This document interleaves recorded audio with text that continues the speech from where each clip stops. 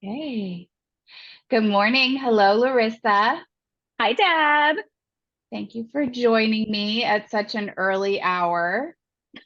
I love that we're like, it's so early. It's 9:30 in the I morning. know. Well, yeah, early It's for early us. for peopling. Yes, early for peopling, early for trying to be coherent, etc. Um, Mhm. Before we started recording, I was just sharing with you that I am looking rather casual today because I just got back from running, but that feels appropriate in talking with you Mhm. because so much of your work involves encouraging people to move their bodies, and you've Yes. been part of my journey with that. And it's actually quite miraculous that I chose to go for a run um, even before 9:30 this morning. So I'm bringing that beautiful energy of movement and empowerment to this conversation with you. I love that.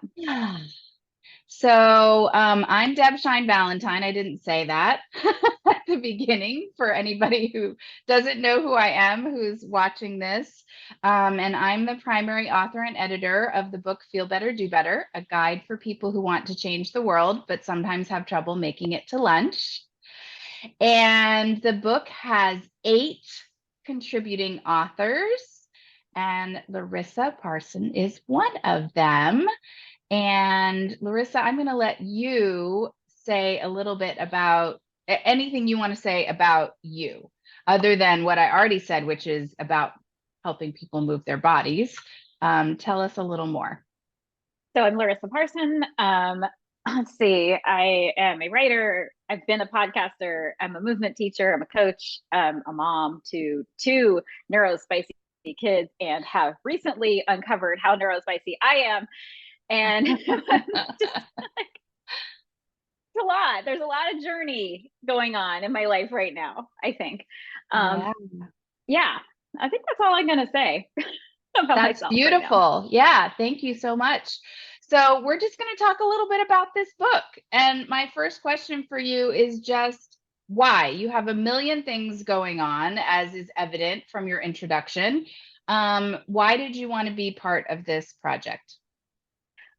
So, as somebody who's very social justice minded, and in fact, for many years has written a spontaneous, we'll call it, it's not weekly, newsletter called Joy and Justice.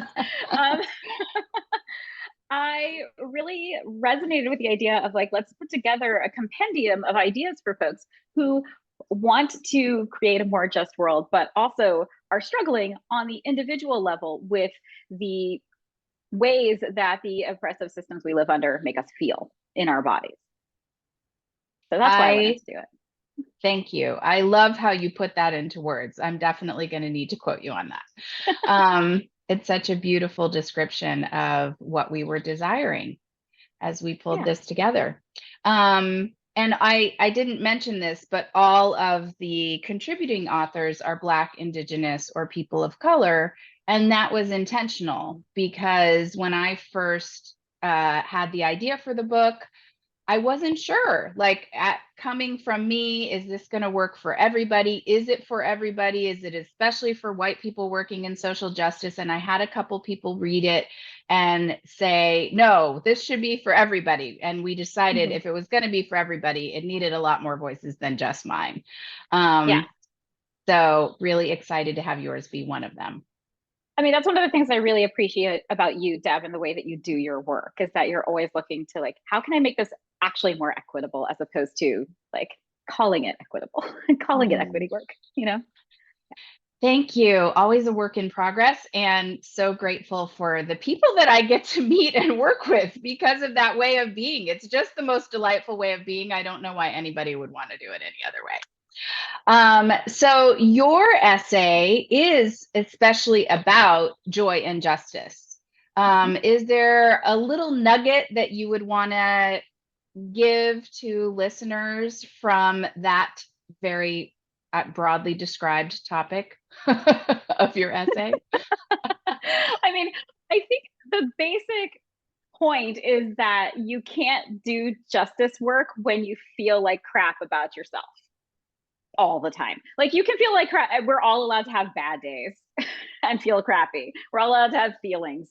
Like that's not what I'm saying. But what I'm saying is that it's a lot like you're going to wear yourself out trying to do justice work from a place of feeling inadequate, of feeling like your body is not worthy of love, but yet you're going to work for the worthiness of other bodies, just everybody but you. And that just seems kind of wrong to me. Like we need to come from a place of feeling resourced in order to pour out more joy and justice into the world. Yeah. Yeah. And just building on that a little bit, because I know some about you and have benefited from this, can you say a little bit about how you do that work in bodies, with actual bodies? With like people's bodies. Yes. I mean, How do we do joy and justice in our bodies? I think there are a few different ways that we can approach it. I mean, one of the ways that we like, there's kind of like the intellectual and then down into the body approach, and then there's also kind of like the being embodied and moving up into the idea that like, oh, actually, I see this in myself. Like, there's a top down, bottom up approach, and I think that for some people, it's really helpful to start with lots of reading and thinking and writing and journaling. And so for those folks, I'm like, okay, well, let's just imagine what it would feel like if your body were someplace that you liked being. And, you know, like let's really imagine that before we even start moving our bodies. And then for other folks, sometimes a more I'll call it like a mindfulness or embodiment practice, embodiment practice focused approach is better. So, like one of the things that I love doing with folks is creating this imaginary love bubble around their bodies.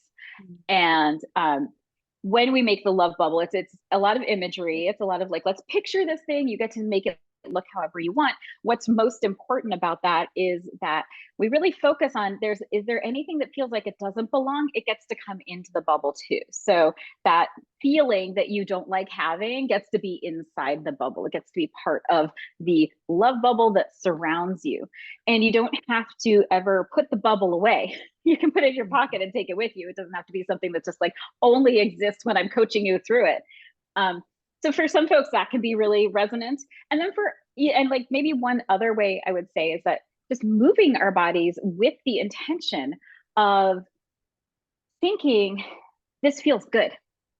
Like leaning into what feels good and leaning into curiosity about what is like a slightly different way to move my body from how I've always moved it. Not because you're doing it wrong, but because how you've always moved it maybe isn't serving you right now. So let's go explore some other ways to be.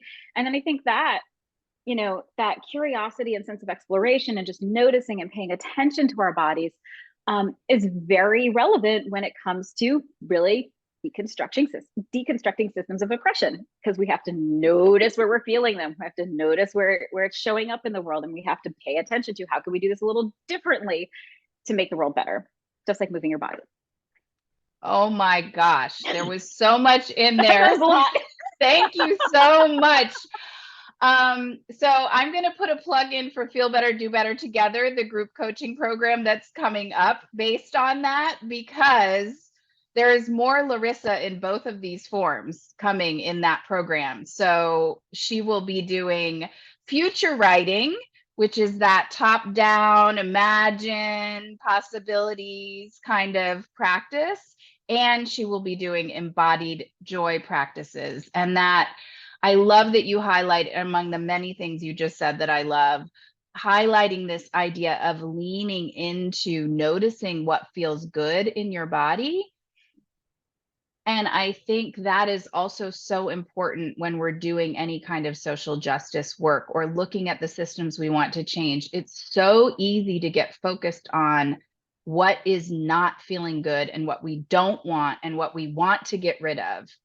And there is importance in that, noticing that, especially for white folks. We often need to do a lot of noticing things that we haven't noticed before as part of our journey towards being empowered to bring more justice, to bring more joy to more people in the world, make it more accessible. Um, but that leaning into what feels good and leaning into what we want, Mhm. even within the space of justice, that I love in a lot of people's Juneteenth posts or celebrations, there's a focus on where is Black joy. Like, we don't just want to focus on the suffering. We want to focus on the joy. We want to focus on what feels good. We want to see that expand. That's really what we want. We don't just Yeah. want to take stuff apart. We want to see the feel good expand. Well, I mean, and that's the point of justice work, right? Is like everybody is worthy of having a joyful, thriving life, as opposed to like we want to make sure that people stop suffering. Those are different. That's a different idea. Like Yeah, thriving is different from not suffering. exactly. Yeah. And it's so important to highlight the idea of joy like as this driving purpose for wanting change. Mhm. Like I want people to feel delight at being in their bodies, not just, you know, not miserable. Exactly. Exactly. That's why the name of my company is Thriving for Equity, not surviving for equity, not even striving. Like, we actually, in this group, we want to go for thriving. That's what we're Yeah. aiming for everyone. Mhm. Wonderful, wonderful. So, the title of this book is Feel Better, Do Better. You've said some about this already, but why bother worrying about feeling better when there's so much suffering and pain? Like, why is this a valid goal for someone, especially if like you're someone who has a lot of privileges, you're aware of that, isn't it like kind of frivolous to focus on feeling better? What would you say about that? Um, I'm going to use a cliched expression, which is that you can't pour from an empty cup and you can't create change if you don't have your own internal resources. Like you can't, I mean, you can grind away at it and you can suffer your way through to working for justice. But every time that I see people come together in community to work for change, it is a joyous experience to connect with other people. It is, there's laughter, there's joking, there's the sense of doing something together. And I think that maybe that's part of what we need to bring into the conversation around feel better, do better. It's not just that like you individually feeling better makes the world a better place. It's that because you are feeling better, you can show up in community. And community is defined in lots of ways. It can be big or small. Your role in creating a more just world can be big or small. It can be like, right now in my life I'm doing this work that we're talking about right now, but also the biggest part of my justice work is having conversations with my kids all the time about equity, about sexuality, about, about what's going on in the world. That is part of justice work too. And so when I say community, I mean your home, your family, your broader community, the world that you're living in. Like it's a very expansive term. And if you don't have the resources to show up at all, i.e., you don't feel better, then you can't do better in those spaces. Does Yeah. that make sense? Yeah, I love that. It reminds me of one of the people I studied with, Tara Moore, Mm-hmm. has a book and a program called Playing Big. And she talks about playing big as being defined by you. What is Yeah, your playing big? And that's the kind of thing I'm hearing from you too. Like, doing justice work comes in very different forms for different people, but also mm-hmm. in different forms in different phases of our lives. Exactly. Yes. Yeah. Well, I like, can I throw another example? Absolutely. So I have a friend who's she's got a lot of privilege. She's got a lot of resources. And what she's doing is her family has a family like council because they have that much money. And she is on the board talking about how do we make this more equitable? How do we use this money for good? She's that's her place in this work. Like it can look like, so for me, maybe it's conversations, maybe it's helping people feel better in their bodies. For her, it's like, okay, well, we have all these resources. How do we do a better job of stewarding these resources so that they can create more good in the world, not instead of just, like keeping them for ourselves. Yeah. Um, it just like there's so many different ways to show up, and then they're I have friends who are community organizers, et cetera, et cetera, and across the board, they all do a better job of what they're doing if they take time to have fun. Yeah. And I'm going a little off our plan here, but Okay. I'm thinking of the person who's listening who's like, listen, that all sounds pretty middle class or Yep. upper to Mm-hmm. me. Like, Mm-hmm. and that is not me. Like, I'm a Sure. person of color. I'm working 2 jobs, neither of which pays much. I don't have a lot of autonomy over my time. Mm-hmm. Like, what would you say to me about this whole feel better, do better thing? Like, I'm exhausted. Like, Your whole job is to rest. mm, That's it. Like if you're working 2 jobs and you still need those resources of joy and delight in your life. And so your job is to find the joy and the delight and the rest and the resistance that is in I'm not going to wear myself out for this system. Instead of like that's it. Like do you have extra energy for this, that, the other thing? No? Cool. Rest. Go lay down. yeah. I said, like I'm stealing that from Trisha Hershey, but like I Yes, really Trisha mean it, Hershey, you know? the nap bishop. Yeah, like when you don't have the financial resources or the time resources, then you deserve to have the energetic resources. And that's what I would say is like, then your job is to go lie down. And your job is to love on your people and connect with your people. And that's it. Yeah. Yeah. Yeah. And check I out mean, the person that Larissa just mentioned, the nap bishop, Trisha yeah. Hershey, who talks about rest as resistance, especially for people who are in bodies that have been targeted by the oppressive systems that we're living in. Yeah. Yeah. And yeah, I mean, I'm sure that there are lots of ways you could like sitting and meditation. Oh, I can't sit and meditate, but like sitting and putting yourself in a love bubble is free. You don't have to like you can use methods and techniques and whatever to bring yourself home to your body that are totally free. Like put some music on and dance in your kitchen. That's free. Um, but I'm really like, what do we? There's also I'm trying to remember Hood Wellness. What's the author's name of Hood Wellness? She's amazing. Like, go check out Mm. their work. What was the title again? Hood Wellness. Hood I think Wellness. Okay, that's Hood the name of the book. Wellness. Mm-hmm. Okay, yeah, Yeah. great. Thank you. I don't know that one, so I'll have to check it out as well. I think I'm getting the name of the book right. I could be wrong because Okay, I haven't looked at it in a while. But we'll take yeah, a look. Yeah. yeah. All right. Thank you. Last question, I think. Um, for yourself, Mm-hmm. what are a couple of your go-to self-care joy infusion practices? You've mentioned a bunch that people might try. What are yours? Put on some music and dance in the kitchen. Um, drink some water. Remember to drink some water.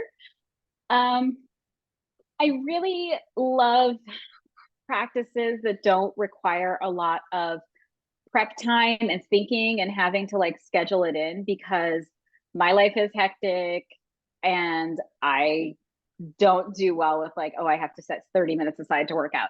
So I love practices that are like, okay, I'm going to spend 5 minutes on my walk looking for things that are yellow. Hmm. Or just like I'm going to take my coffee and I'm going to sit outside with it for a minute, as long as the mosquitoes don't get me. I'm going to, like, I'm going to take a moment when I'm feeling frazzled to look around me and see if there's something that is beautiful. And I don't need to, it doesn't need to be beautiful to anyone but me. Um, those kinds of practices I really, really love. I also love the practice. I'm doing it right now, just talking to you. I'm like, put your hand on your body somewhere. Mm. Remember that you have a body. You know, it doesn't have to be like complicated. It doesn't have to, it doesn't require a $30 bottle of essential oils. It's just like put your hand on your body. Yeah. Yeah, thank you. Mm-hmm. Made me feel like, okay, Yeah, you can do a little self time for a little hug. hug. Yeah. It's so good. It's so good. Right? You start touching your body, like, oh, I have a body. I want Yeah. to touch it. But you know, Yes. for some people, putting your hand on your body can be like really hard. It can be like, wow, I don't touch is so weird. So maybe it's developing practices like when you're lotioning after your shower or when you're soaping up in the shower, just kind of like infusing that process with love, just like care. I'm caring for my body when I do this. And this is one way that I am loving my body. Yeah. Yeah. What a beautiful place to land back in our bodies, back in these really simple ways that we can love on our bodies. Um, and yeah, Sonia Renee Taylor, you and I did a course using Mm-hmm. her book, The Body's Not an Apology. I will just throw Absolutely. that one in there. If you struggle with loving on your body, that's a really, really great resource to check out as well. Fantastic resource. Yeah. Yep.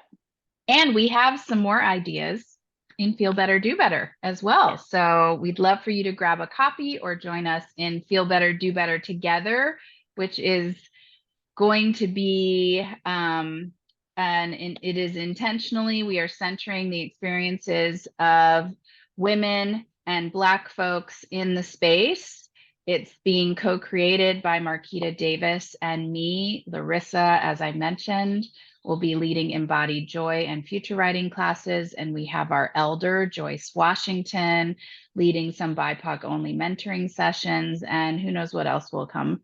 But we're really excited about creating a space that is cross-racial, cross-class, where we are walking together on this path of thriving while we make the world into a better place, while we lead in creating a space where all bodies have access to joy and justice. I'm so looking forward to doing this with you, Deb. Thank you. Me too. Anything else you want to say before we go? No, no, I think I'm done. All right. We're full up over here. Yeah. Thank you, Larissa. Mwah. Thanks, Love Deb. you. Love you. Bye. Bye.